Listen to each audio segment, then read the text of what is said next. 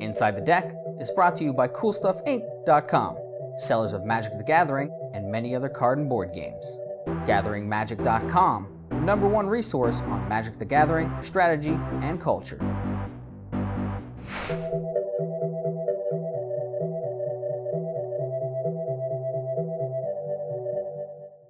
Good morning, competitors. Welcome to day 2 of Pro Tour Dragon's Maze. Good luck today. I hand you off to Gavin Dugan, who will be calling the draft this morning. Thank you.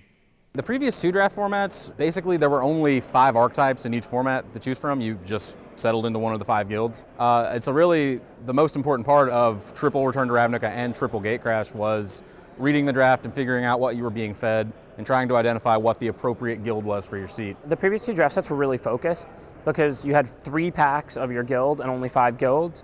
So you were really trying to get into the synergy of each guild. Like if you were drafting Orzhov, you wanted a lot of cheap cards so that you could take advantage of Extort.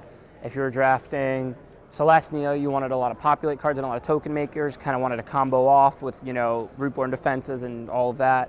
If you were drafting Golgari, you wanted a lot of Grizzly salvages and Dagger Drome imps, and you would, scavenge onto them after you Grizzly salvage, Now, you don't really have that because you have 10 guilds. You only have a pack and a half of each guild. You have a pack.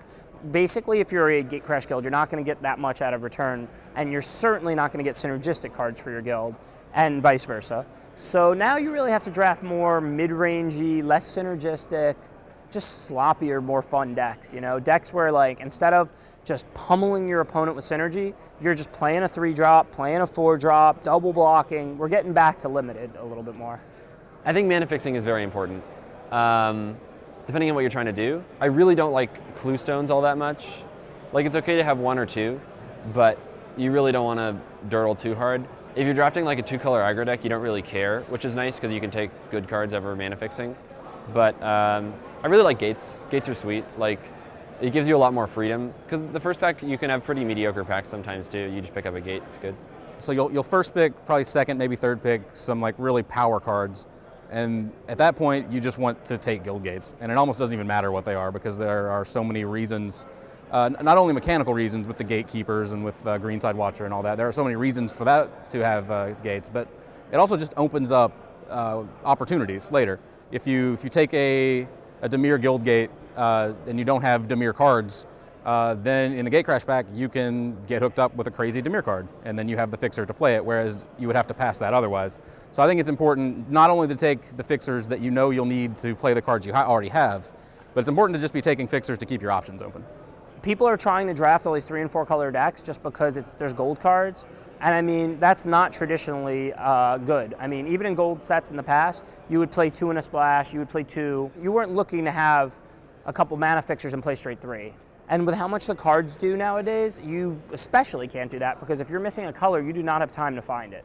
I think you should basically still just be drafting a 2-color deck, just less synergy-oriented and more curve and, mid-sized creatures, 3 drops, 4 drops. Well, limited always revolved around. It's nice to have a 2, but you don't have to hit your 2-drop, but you want to hit your 3-drop and you play a 4-drop and maybe a 5-drop, I found Gatecrash pretty hard just because even if you get a good deck, it's you can just get unlucky and lose. It's pretty variance-based. As long as you draft a cohesive deck, and get enough powerful cards, you can make a pretty good deck almost no matter what you try, I think.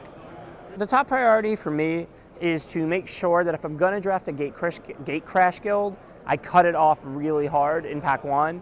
I don't want the guy to my left playing it. I don't want the guy to his left playing it. I don't want the guy to his left playing it if I can avoid it because I'm only going to see that guild in 1 pack. So let's say I'm going to be Boros. I want as many packs as I can get of Sunhome Guild Mages and True Fire Paladins, and even Sky Knight Legionnaires and whatnot, the cards that only a Boros player can use. Whereas on the other hand, if I'm going to be a Return to Ravnica guild, I don't really care what I passed. I don't care really at all whether 2 seats down from me there's another Celestia player. I'm passing to him in the Celestia pack, and then when he's cutting me off in pack 2, we're just taking random green and white cards anyway that are probably about equivalent strength. Those super powerful gold cards aren't really there. So that's the top priority for me in this draft format is cut off my Gatecrash guild if I'm drafting a Gatecrash guild and read the packs if a Celestia guild or if a Return to Ravnica guild is open late, go into it and don't worry about what I passed. Regardless of what I passed, I'll move into any Return to Ravnica based guild. The thing I like the most about this draft format is that I I think I've drafted this format about 30 or 40 times now, and I still don't think I've tried every color combination. There are just so many options, and I think there's a lot of depth to this format, and there's still a lot to be explored.